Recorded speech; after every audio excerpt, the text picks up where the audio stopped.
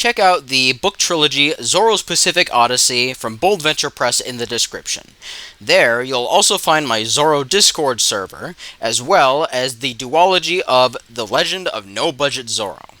Enjoy the show. If you don't like it, well, that sounds like a you problem. Hello, and welcome to the cast of Zorro. My name is Jack Clock.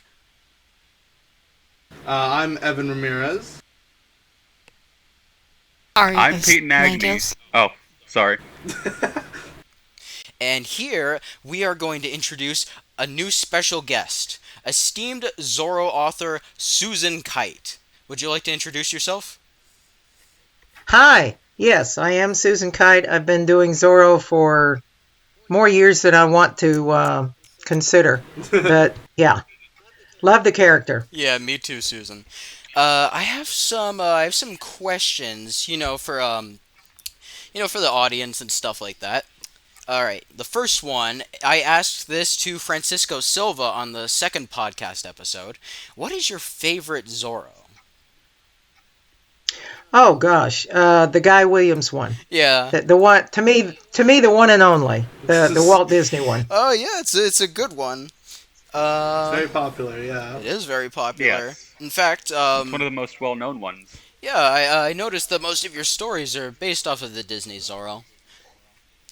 Yes, I think I wrote a small little teeny tiny story from the Duncan Regeer one, but I wasn't getting it, so I didn't have any way to get familiar with it. Oh. It's fine. I think that Walt Disney Zorro's a good place for fan fiction and the like. I think Zorro in general is good for fan fiction, but Walt Disney, there's a lot of character dynamics to work with. But anyways, this is Oh, about yes. this is about you, not me.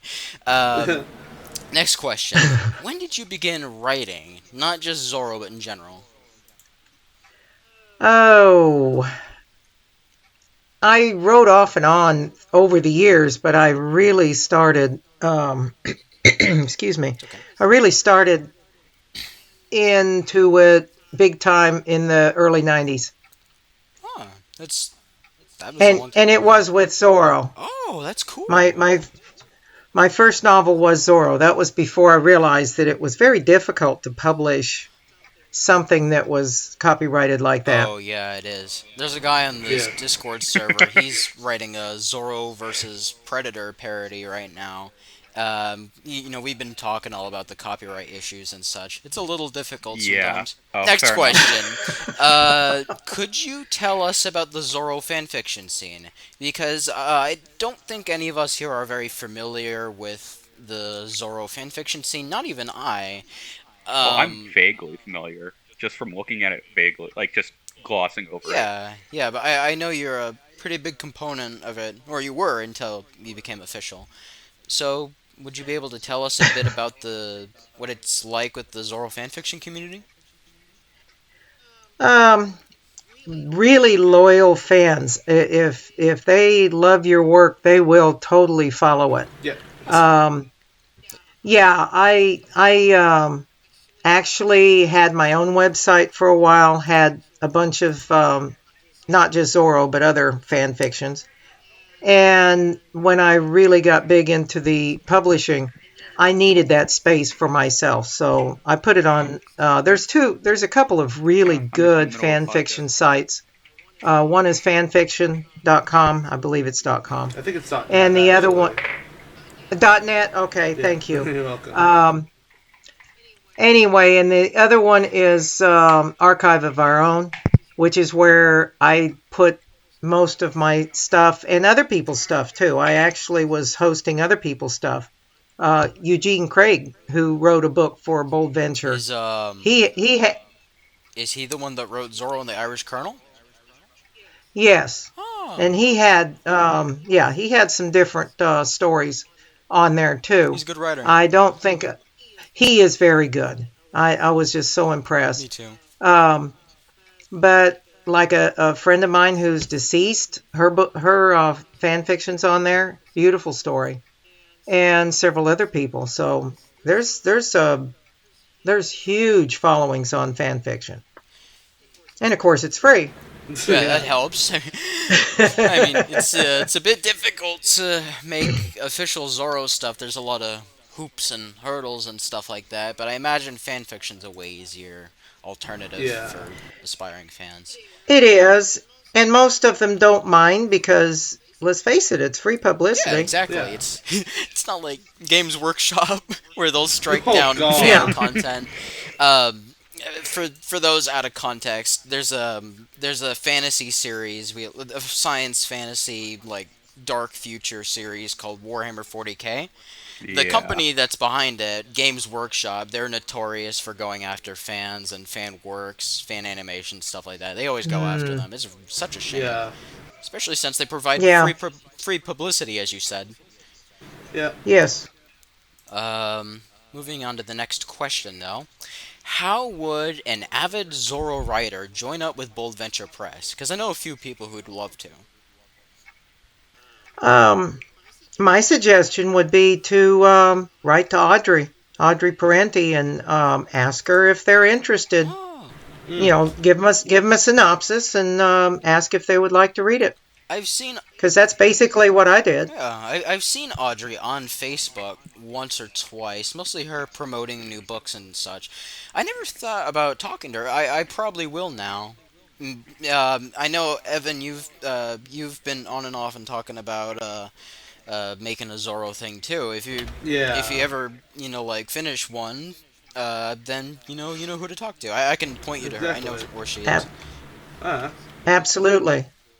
Um, Yeah, and they don't make it hard to contact them Oh, that's anyway. good. Her and Rich. Because I talked to Daryl McCullough about it. Daryl McCullough's a sweet guy, but he is Yes. not very heavy on the details. So when I asked him, "Oh, is there a way I can contribute to making Zorro stuff?" He's just like, "I don't know, ask someone else." I was like, "Okay."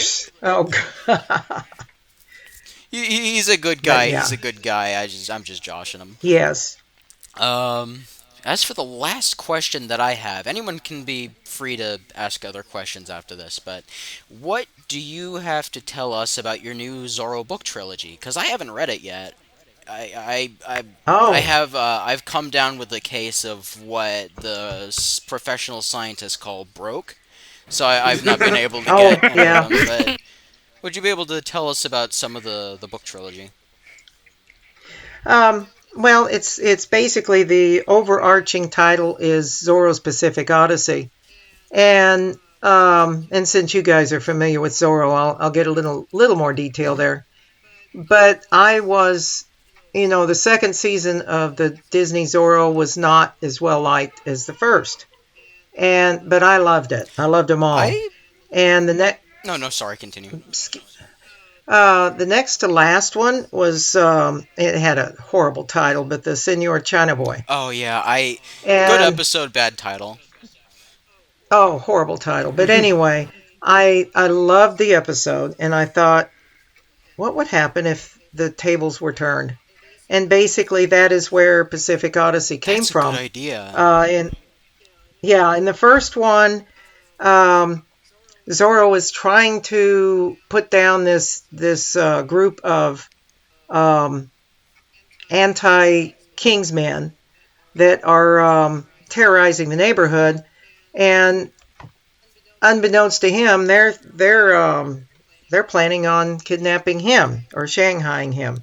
So Diego ends up going across the ocean and having to, this British ship, learn the language, learn the customs. He's not used to being a slave, basically, and he's got to free himself. So it details how he does that, and becomes Zorro too. The second one is Zorro's journey in China, when he's trying to get back and trying to get on a ship that will take him home. And he gets some, I'm sure you figured out who the help's going to be, but he gets some interesting help in China. And the last one is his journey home and how he finally takes care of the bad guys. Oh. That sounds like a And, trilogy yeah. I want to read. Yeah. As soon as I get a new job. Oh, I hope you get a chance. Yeah, I hope I get a chance to. As soon as I get a new job, I'll probably start buying the books again. I like. I'm like the thing is like I don't have a lot of time to read a lot of books, but I do like reading the stuff I get from Bold Venture Press. Absolutely loved Zorro the Daring Escapades. I loved like most of the stories, and Irish Colonel, as I mentioned, is so good. Yeah, I can't wait Oh, to read your yes. stuff. I imagine it's going to be amazing. Oh, well, thank you. I had so much fun writing it. And I had a lot of It fun went hearing about through it. many drafts, yeah. Before we move on to the next topic, does anyone else have any questions to ask to Susan? I have one I have a actually. question. Oh, you want to go first, Pan? Go ahead, Evan. Oh, have you worked on any other projects that's not Zorro related? Oh, yes. My first book I wrote in 2010, and it was an offshoot of Zorro. It was after I'd visited the mission San Luis Rey, which of course they filmed a few episodes there, and I wrote a story about the mission, the priest, and is historical. No Zorro in it, but it did have the mission. And then I went on to science fiction. I wrote a science fiction trilogy, mostly YA, but about mutants. Okay. And then I wrote had this interesting theory. What about a kid during the time that Zorro supposedly took place? What would he think if he's abducted by aliens? So I did that. That was Moon Crusher, and a couple of fantasies about cats. First Realm and Realms of the Cat. I did an adult sci-fi, Crossroads to the Stars, and seeing if I forget anything. No, I don't think I forgot anything, but I'm working on some other stuff. And I know there was one more question here. I did want to say I did like the idea of the kid in Zorro's time. It reminds me of the old Johnston Macaulay like Tales in Zorro Land things. Except he gets hauled away into space, so I mean, it is science fiction. It's strictly science fiction. So I wanted to ask, what's your favorite Zorro villain? That's kind of a tough one. I liked Monasterio.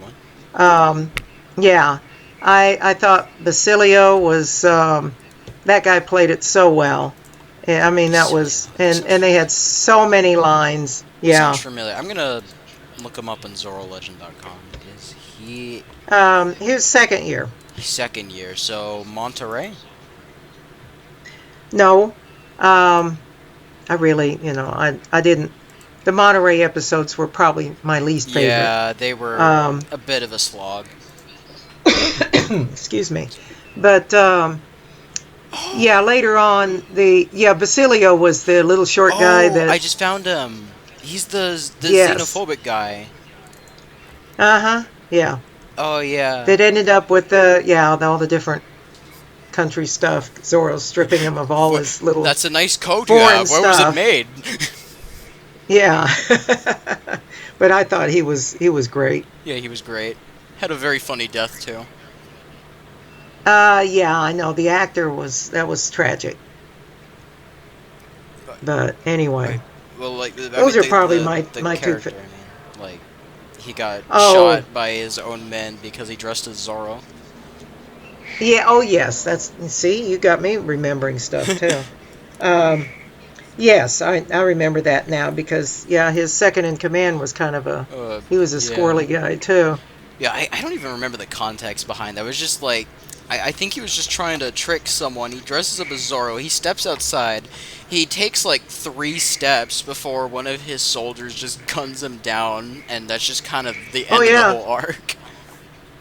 Yeah, it is. It really is, and and the other bad guy gets hauled off. So Yeah, I feel like Disney's. I mean, I was about to say the Eagle was not one of my favorites either. He was kind of.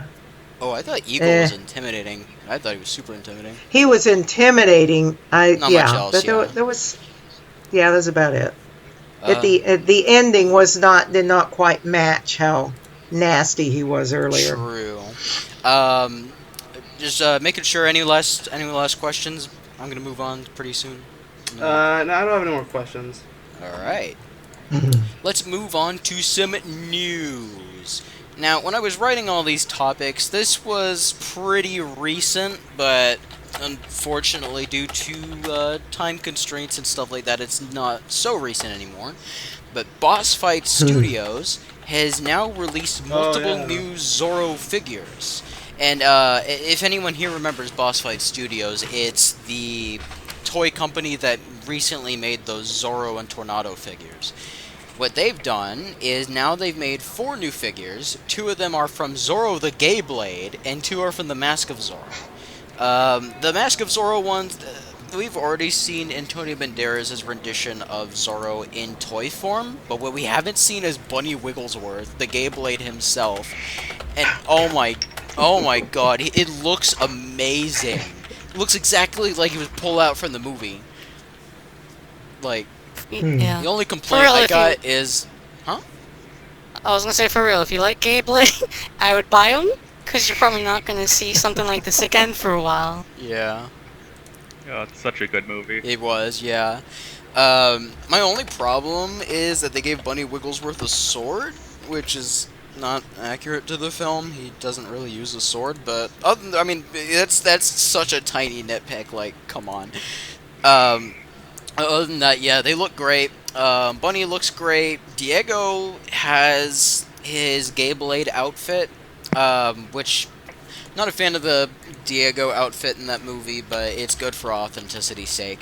Alejandro looks decent. Elena looks pretty decent. You know, just pretty solid work all around. I congratulate Boss Fight Studios. Anyone have anything to say about these figures before we move on?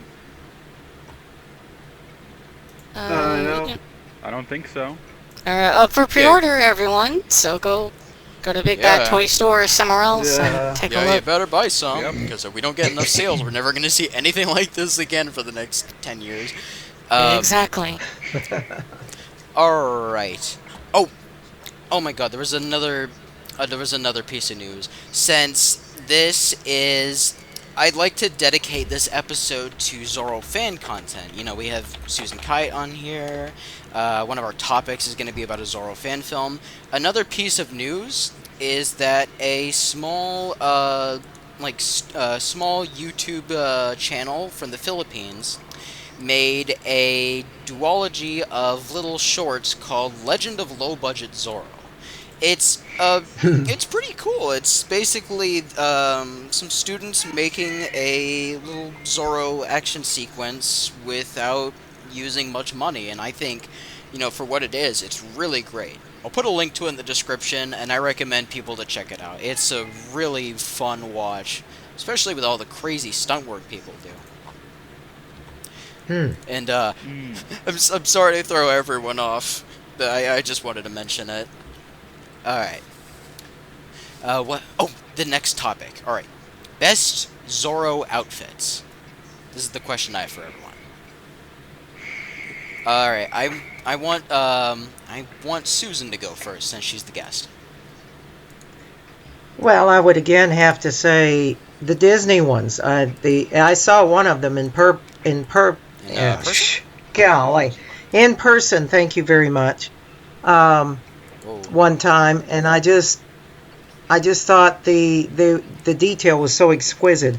But then again, I was not able to watch the New World Zorro. I did think they did a wonderful job in the Mask of Zorro. Oh yeah, I mean, of course, they had a movie budget. Yeah. They were beautiful. Yeah, Alejandro's outfit is really unique and really interesting, and like how we use like gold and stuff like that, and how the mask has like I wouldn't say like crinkles, like something like that. I like that detail. It really sets him apart from the other Zorros. Yeah, it did. Yeah, alright. But yeah, the Walt Disney Zorro is a great outfit. I do love it. I would say it's pretty high up there on the list for me. But Who wants to go next? Who wants to go next? I'll go next. Sounds good.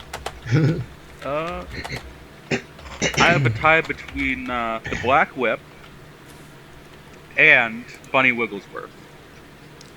Well, Bunny Wigglesworth Especially Bunny Wigglesworth. Well, Bunny Wigglesworth, there's a lot to choose from. Any specific outfit from him? I'd say the blue one. Oh, the blue one. That one's good. I call it the blueberry. It was Zorro. He robbed me. He was dressed like a blueberry. Yeah, I do like the outfit. It's a good choice. I'd say my favorite one's the orange one, but I mean, this is not what I'm talking. Ooh, that's a really good one. Yeah, well, I mean, all of them were good, but yeah, blue. I understand why that's your favorite. It's a well-designed one. How about Evan? Would you want to go next? Hold on. Yes. Sorry. So I was just. It's okay. I was sorry. I was dealing with something real quick. It's okay. It's okay. So best outfits we're saying, huh? Yep. I really like the Antonio Banderas outfit. I think that one is really. I think that one might be my personal favorite. It's just, I don't know what it's about. I think it's because it adds more to the outfit's usually just like just black. Mm-hmm. But then this outfit, the second Antonio Banderas' outfit adds adds more a little more color. It's like gold and stuff to it, and I do really like that. Yeah. I think it gives it more. I think it gives it more than it really is. More personality.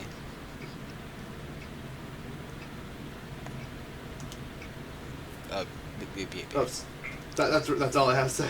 Oh, that's fair enough. I guess we'll go with Ari and then me. Alright, well, I haven't seen as much media as all of you, and so, of the media we've been watching for the podcast, they weren't the best outfits. So, I'm just gonna default to, again, the Antonio Banderas outfit, because I like the little gold trim, and I'm also gonna steal the answer of Bunny's Wigglesworth entire wardrobe, because you never forget it. You never forget those ornate colors. Yeah. It's so unique. It is really unique. Like, all of them are really good. The plum one's pretty good. The gold one is just amazing. Orange is snazzy. There was another one I'm trying to remember. Which, of course, was blue. Blue is just so well made. And also accompanied with a really good quote. I guess it's me now. I'm debating on which one I should choose. The reason why, I have to admit, the reason why I was the last is because I'm trying to think of which one. And I think I've narrowed it down to two options. Number one, the Mark of Zorro 1940 outfit from Tyrone Power. And two, Diego's outfit and Django/Zorro. The first one, Tyrone Power's outfit, it is basically the modernized version of the 1920 outfit. It is the default Zorro outfit for every other version. And I do love the Disney Zorro. But that one is a modification off of the one I'm talking about. Without it, no Disney Zorro outfit. It would probably look way different. Without it, the Mark of Zorro one's pretty similar, especially with the eye holes. It has a very simple charm to it, and also it has two separate masks too. So if you don't like one of the masks, you can just like the other one, I guess. And it just looks really professional. It looks really neat. Like, whoever made it is just so good at, like, I don't know, needlework. I've never made a clothes. And of course, the next one that I mentioned, Django/Zorro. The domino mask is always going to be classic with Zorro. It's always going to be associated with the character. It's something that does belong to him. But I don't know. My favorite Zorro mask designs are always the one where it's the full face mask that covers him. Like, stuff like Ghost of Zorro, for example, or again, Jingo/Zorro. I just love when the character's face is fully covered by the mask. I think it gives him more of an air of mysteriousness and threat, especially if you're in the villain's perspective. And I understand why they don't always do this. A lot of people want to see the actor's face, and the full face mask is not only far more intimidating, but shows the actor's face less. I understand why they don't use it, but at the same time, it just looks so cool, And it was also the original, the OG Zorro mask from 1919. Because when the book describes Zorro's mask, it always describes him having to lift it up off of his face, like all of his head. And I don't know, it's like if someone wants to make a movie that's fully following Curse at Capistrano, they should do something like that. Yeah. And I think that's it for Zorro outfits, unless anyone wants to contribute something. I don't really have anything else to say. Fair enough. Alright. And back onto fan stuff. Every episode, by the way, alright, so Susan, every episode of the show is going to be a highlight of at least one Zorro media. In episode 1, we started off with the silent film that began with everything, and the second one we talked about Zorro's Fighting Legion. For this, we're talking about a fan film called Zorro El Sentimiento de Hierro, otherwise known as The Sentiment of Iron. It was an Argentinian film made in 2019 by Adrian Escudero, and it is essentially a sequel of the original Disney Zorro, with an aged Don Diego training his son and fighting the return of Capitan Monasterio. What were you guys' opinions on it? I thought it was a neat fan film. Yeah. I didn't even know it was a fan film. I thought it was, for a fan film, it was very well done. Yeah. I thought. I mean, they obviously had some issues with outdoor shooting and stuff like that. But yeah, well, we will get onto some of the flaws later, but it is for something that was made by fans, it is something that you could tell has so much passion into it. And that you can tell they've really thought of everything, too. I have some notes here. I'm going to try and list some stuff off. That I thought it was so cool that they brought back Comandante Monasterio. This time, Capitana of the Mexican army. I don't know how many here have seen the Disney Zorro, but the main antagonist of the original first 13 episodes was Enrique Sanchez Monasterio, played by Guy Williams' personal friend Britt Loman. Now, he was just a great villain all around. He could be buffoonish, but he could also be absolutely, terrifying and menacing. He could be cunning and conniving, and then, whenever Zorro gets him angry enough, he acts kind of like a dumbass. But yeah, ultimately, I feel like they ended his tenure on the show too soon. Would you agree with that, Susan? I tend to agree with that. Yeah. I believe that he had some more. There was some more life there in Monasterio. Yeah, I agree, and which is why I'm so happy this film brought him back.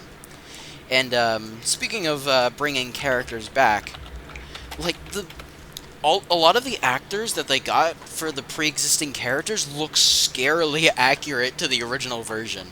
I was thinking of this in some of the shots I was looking at with Adrian as Don Diego, and I was thinking, oh my god, he looks exactly like how Guy Williams did 20 years after Zorro was filmed. Like, if you look at images of Zorro, of Guy Williams after Zorro, that's basically like how Adrian looks, and I'm like, you know what, Disney, if you're ever planning on, recreating, like, I know they're making a Zorro show now, but like, if they were ever planning on making a continuation of the show, you don't even need to use CGI or anything, just hire this dude. He's amazing. Oh yeah. And of course, yeah, I thought so too. Yeah, he was, like, there were some shots that, like, if you remove the color, it would literally just look like it's from the show. And that's something that's hard to pull off. And of course, Monasterio, his hairstyle is the exact same as the show. And his face is pretty similar too. I'd say that he looks younger than Brett Lohman did when he was Monasterio, but that's not an issue with me. Like, he looks absolutely great as that character. As for characters like Licenciado Pina, I mean, he doesn't look exactly like the actor, but that's fine. Like, he serves his purpose well. And, I mean, you can just say he just aged 20 years, and that's whatever. Besides, he's only a side character. It's not the end of the world. Oh, yeah. Motifs from classic Zorro. Yeah. Like, I know not a lot of you have seen the Disney Zorro, but a lot of you have seen many of the other Zorros that this show has... this movie has essentially paid homage to. And I thought it was really interesting. In Argentina, there's a huge following for the Disney Zorro, but not much so for the character as a whole, which always made me kind of sad. But Adrian Escudero, he goes against that mold by paying respect to all forms of the character. He literally one of the first musical pieces in the movie is ripped straight from Zorro 1975. Monastario's theme is not from the Disney Zorro, but is from The Mask of Zorro. Diego's introduction is shot-for-shot accurate to his introduction to Charlotte Taylor Wilson in Gay Blade. And there's so many other references, too, that you'll find that I noticed, and I thought that was so... Like, some of them are just really cheeky, and I had a bit of a laugh, feeling like, oh, they managed to fit that in. I have a question. Oh, yeah, totally. No. I want you to continue. Just kind of what you're saying. Was there, like, a moment that was clipped from footage from a movie? Oh, yes, that was another one of my notes. The big problem with this film, I know Susan mentioned the outdoor shots, and yeah, they could be a little frustrating. But I think the real biggest problem that the movie had was the stock footage. It took footage directly from the Disney Zorro, specifically with Bernardo and Sergeant Garcia. And I thought it was kind of mind-boggling. Like, they found such perfect portrayals of Diego, Monasterio. They even found one for Pina. Like, come on. Like, you couldn't find someone that could play Bernardo or Garcia? Like, you already had a pretty, decent sergeant actor in there. Like, I don't know. It's just like, it's a little odd. Yeah. He almost stole the show. I thought that sergeant was just outstanding. He was so funny. Oh, yeah, I thought he was neat. I imagine some of the jokes for me were lost in translation, but a lot of the physical acting from his part was pretty entertaining, especially the part where he has that moral dilemma, which I really liked. That's classic Zorro right there. And, yeah. I don't know, it's kind of a shame that they had to rely on the stock footage. The scene with Bernardo was decently woven in, but... What? Yeah, I was about to say, it really wasn't necessary. Yeah. I mean, it was just there as an homage and not as a part of the actual story. Yeah. That part did feel a bit like nostalgia baiting. like they were like they just kind of put in a random clip from the old show and say, hey, this is like from the old show. This is exactly like it. I'm like, well, you can pay homage to that specific scene just with a new actor, I don't know. It's not the end of the world. Everything else is pretty great. As you did mention, yes, the outdoor shots, the camera oftentimes was set at the wrong setting, and it made things hard to see sometimes, but the thing about footage, if the audio's fine, the video can afford to be a little crappy. It's okay. But Mm-hmm. I mean, yeah, for the next film, they should try to keep it a little stable. Well, they Try to also upgrade need it a little to. bit. Oh yeah, Oh, the. Oh, I'm sorry. Go ahead. no. I've been talking for too much. Yeah, I'll let you talk. No, I was just saying. The one other thing I noticed was that they had to redub their voices from the outdoor scenes, and sometimes that was a little jarring because it was so loud. Yeah. Yeah, there was a character. I'm pretty happy he didn't show up much, but he showed up in the beginning. He had a very loud, obnoxious voice. He sounded like Sergeant Sepulveda from Zorro and Son, but worse.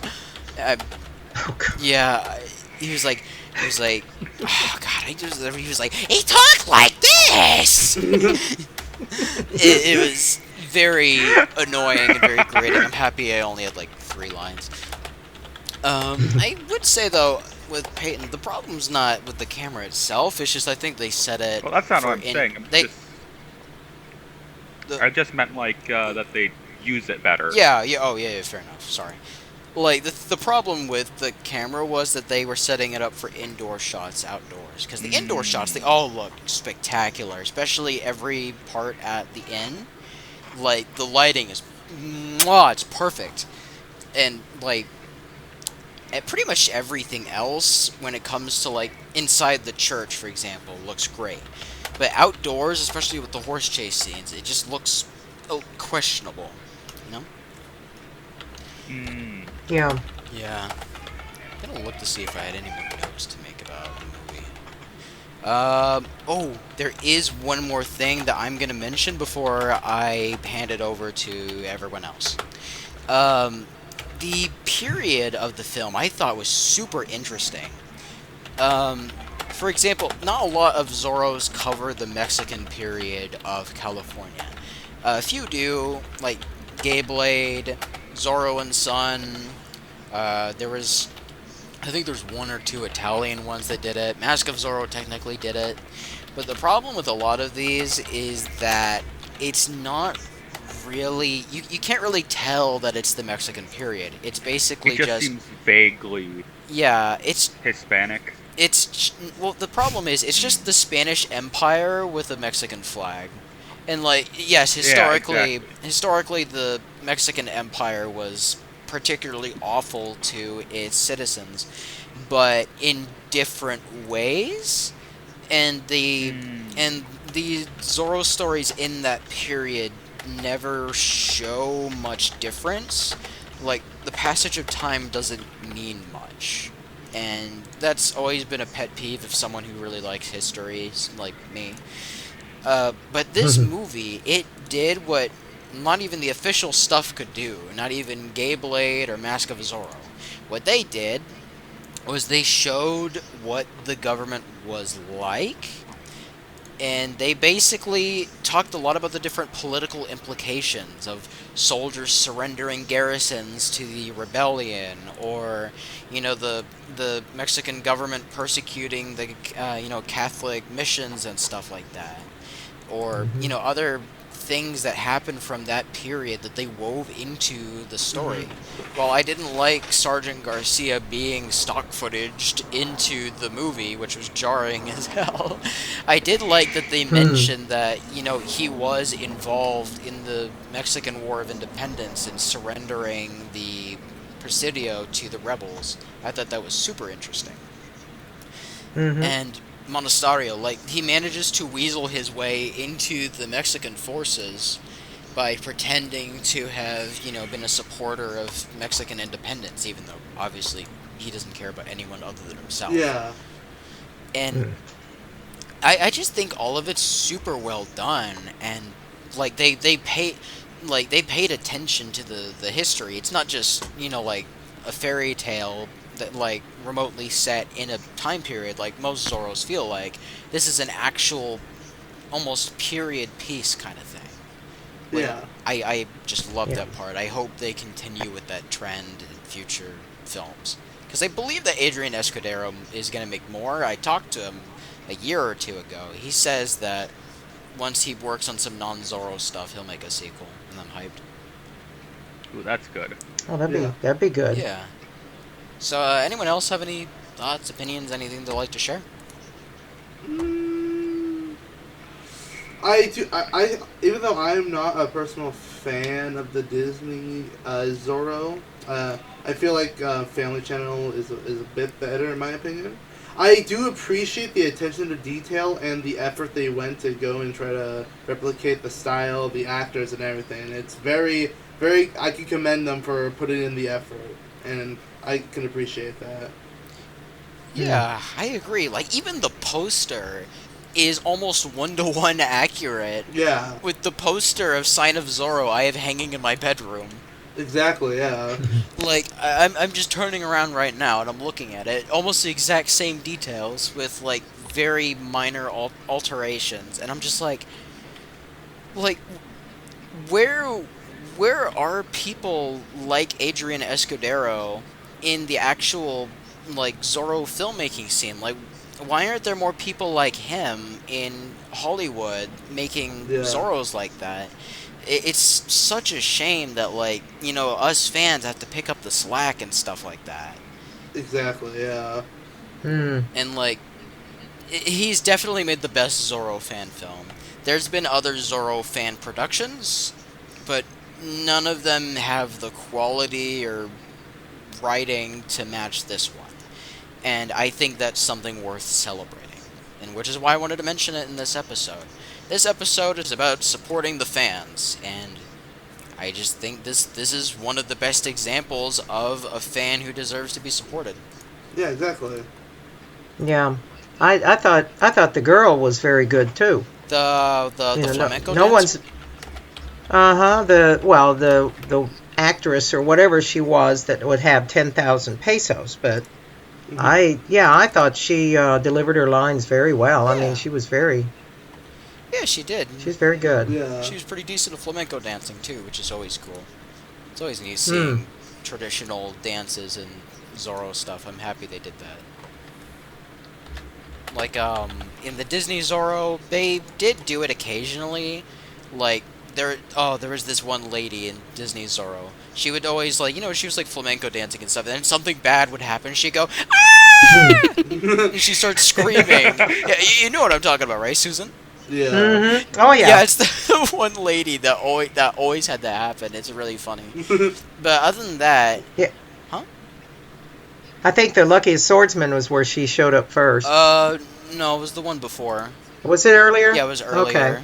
I think she... It's been a while. It was the same arc where the guy who becomes the Zorro imposter, I forgot his name, stabs a dude over, like, nothing. And she screams then. That's right. And then when the same guy dresses up as Zorro and shoots at the crowd, she screams again. And that's pretty much it, other than her fighting with a waitress over a ruby. That's pretty much it. Mm-hmm. I think she did one in the second season. I'm not sure. I haven't seen as much of the second season. Yeah, it's been a while too. Ultimately, I don't know. I just thought it was nice that they had a flamenco dancer character in that story, and she played a pretty decent role too. It was kind of funny, but also scary at the same time, seeing her put so much, like, trust in Monasterio. Like, no, don't do it, don't do it. Like, she goes up to the priest and she's like, "Oh, hey, someone's helping us with our church." He's like, "Oh, who is this? Who's this awesome guy? Monasterio." Wait, what? Yeah, Monasterio in a lot of Zorro fan circles.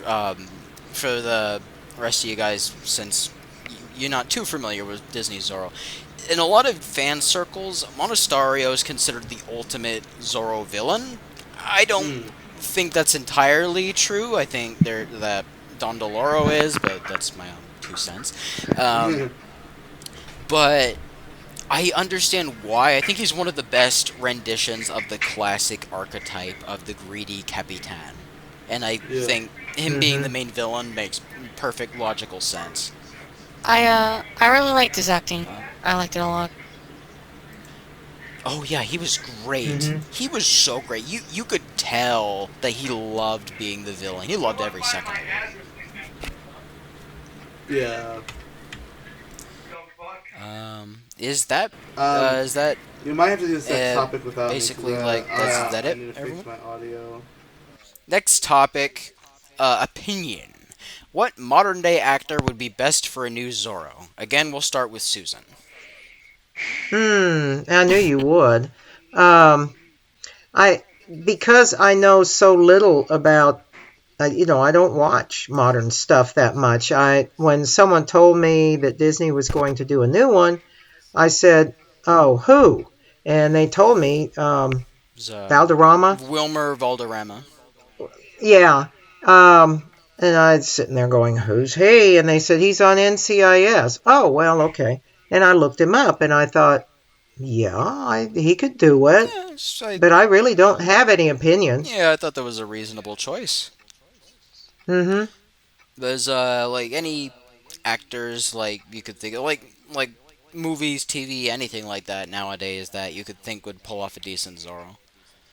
Like Oh, like a nowadays, fan choice. And if not Zorro, just like any character, I guess. I really can't think of anyone. I watch hardly any kind of new programming, Oh, all right. to be honest with you. That's Yeah, I know. I'm a party pooper. Sorry. Oh no, it's okay. I guess we'll start with next with Peyton. Would you want to go up? One second. What was the question again? Sorry. All right. The question is, what modern day actor would be best for a new Zorro? That's a hard one. 'Cause it's hard to think of someone. I mean, besides Chris Pratt. No. No! Don't do that! Don't do that! I Come mean, on. come on. Fight or flight's kicking in. Okay. Zorro. I mean, in all seriousness, I don't really know of one. So, Oh, that's fair enough. because it's very hard to find someone who could do Zorro really Yeah, well. that's true. If not Zorro, then like another character? One second.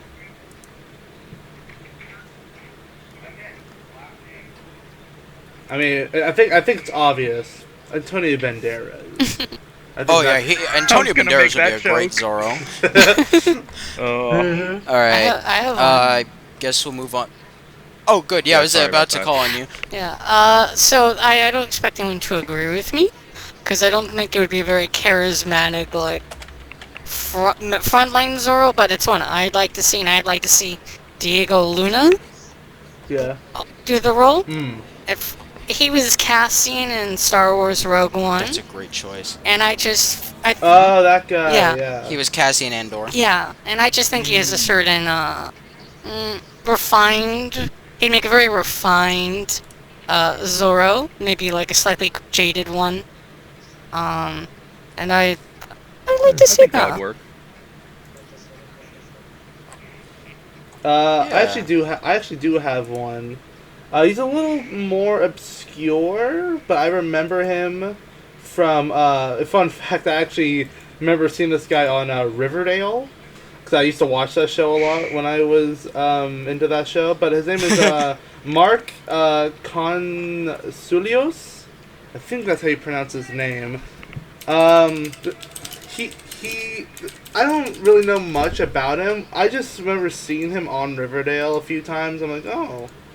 He's pretty good, and I feel like he can play a good Zorro. He also has the look down. He's in his like 50s, but like he looks Yeah, like I'm looking at him. Yeah, he looks like he looks young, and that's the He thing. could play like a slightly older Zorro. I Yeah, can see that. he looks like he's like in his like late 30s, early 40s, but he's like in his 50s. But yeah, he's pretty good from what I've seen of him on Riverdale. I haven't seen a lot of him on Riverdale. I've barely seen any of Riverdale. But like when I used to watch that show, he was pretty good on there. Yeah, I could see him being Zorro. That's pretty reasonable. Yeah, I think that would be a good choice in my opinion. Oh, but by the way, Evan, your mic's working again, right? Yeah. I fixed Oh, it. good. I fixed it. Good. It was All just right. I was out of data on my my Oh. C drive, so I just had to clear some space out. Oh. All right. I guess I'll go last. All right. Ari stole one of my options. I was gonna say Diego Luna because I think I agree with her. He would be a great choice for Zorro. It would. I mean, I could honestly see him playing a jaded Zorro after seeing him play as Cassian Exactly. Andor. I could see him, saying to his love interest, "I've been in this fight since I was 6 years old." When she asks him about like Zorro or something. Who else though? I'd say this is a little predictable, but Pedro Pascal or Oscar Isaac. I think those Yes! two. It's very generic of me to say it, but I think that at least one of them would be good I Zorros. completely agree, John. And Yeah. I don't remember the actor's name, but do you remember the guy from Hawkeye who plays as the dad? The stepdad. Oh, yeah, he's the one who does the Uh, sword fighting and too. Yeah, I think he would be a good Don Alejandro. I think he could play as Diego's dad. And, like, he could give off, like, a kind of, like, slightly disappointed, but, still cares about his son kind of vibe that Don Alejandro had in Family Channel Zorro. That's good. I like that a lot. Yeah. Those are all my choices, and of course, for the villain, I should play him. No. Honestly, a person I would think if they ever did do, I know Robert Rodriguez is doing a Zorro thing, and I know for a fact, Danny Trejo is going to be in there as a villain. I just know That it. makes Ooh. perfect sense, yeah. Danny Trejo He would be a perfect villain. Danny Trejo is in literally everything Robert Rodriguez does, so like it makes perfect sense. Yeah. I mean, if he's not in there, that'd be very disappointing. I mean, he was in Book of Boba Yeah. Fett, for Christ's sakes. Like, Yeah. if he makes it for Oh, that, yeah. like he could make it for Zorro. Like, come on, Yeah. come on, Also- come on. Also, he's worked with Antonio Banderas before, so it makes sense. Which one did he work with Antonio Banderas on? They're not on a Zorro movie, but he was Spy Kids. Wait, he was in Spy Kids? Yeah, he That played. was an Antonio Banderas movie. Yes. Also, No, he actually was reprised his role as Machete, as Mr. Machete from the Machete films. Oh no, I knew that. But yeah, Antonio that- Banderas was the dad in those movies. I did not know. Well, I've only seen the second movie when I was like, He's Seven? in that one's about the dad. oh my god, I how did I miss that? Oh my, that reminds me of when I told you that Juan Diego Botto was the guy Harley Quinn shot in the stomach in the Suicide Squad. Yeah. The guy who plays Felipe in the Family Channel Zorro. I did not know that. I'm very glad to know that now. I didn't know either. My mom and I just kind of found out. I was like, wait a minute, is that Juan Diego Botto? He got so ripped. Oh my. Oh, what a glow up. Yeah. So far, these are all the topics that I've got. I guess I did want to say one more thing, that if you live in like the London area, there's gonna be a Zorro theater play in April. I don't know which day it is on, but I know it's gonna be somewhere in April or May. And I recommend you check it out because, I mean, not a lot of Zorro stage plays, I imagine, are in Europe in general, let alone the UK. Yeah. So, just giving everyone a heads up. And with that, that's all of the topics today done. Anyone want to add anything before we sign off? No, not really. I don't have anything else to say, really. Everyone else good? Well, I think I'm that's it. just happy. I'm just happy that you invited me on. I've enjoyed it very Yeah, much. thank you for I'm coming on. I'm happy that you agreed. I didn't think that either you or Francisco Silva would have said yes. I am so happy to be proven wrong. I am so thankful that both you and him have tuned on to my show. I am, I cannot say thank you enough. And here, I'm happy that you've managed to, make your way into the Zorro making business. Here's to another book trilogy more. And Oh, I hope so. yeah, yeah, I hope so too. The more Zorro, the better, I say. Yeah. Mhm. And anyone at home watching, if you think that you can't, make it into, making Zorro stuff, try and talk to Audrey Parente. If you need help finding her, let me know. I can help you find her. And, the more we all work together as Zorro fans, the more that this fandom is going to bloom. And I just think that if we all started helping each other, then, we wouldn't have to wait for a movie or TV show in order to build a Yeah. stronger fan base. And with that, Oh yeah. I'm going to be signing off. I am Jack Clock. I'm Evan Ramirez. I'm alright. I'm Peyton.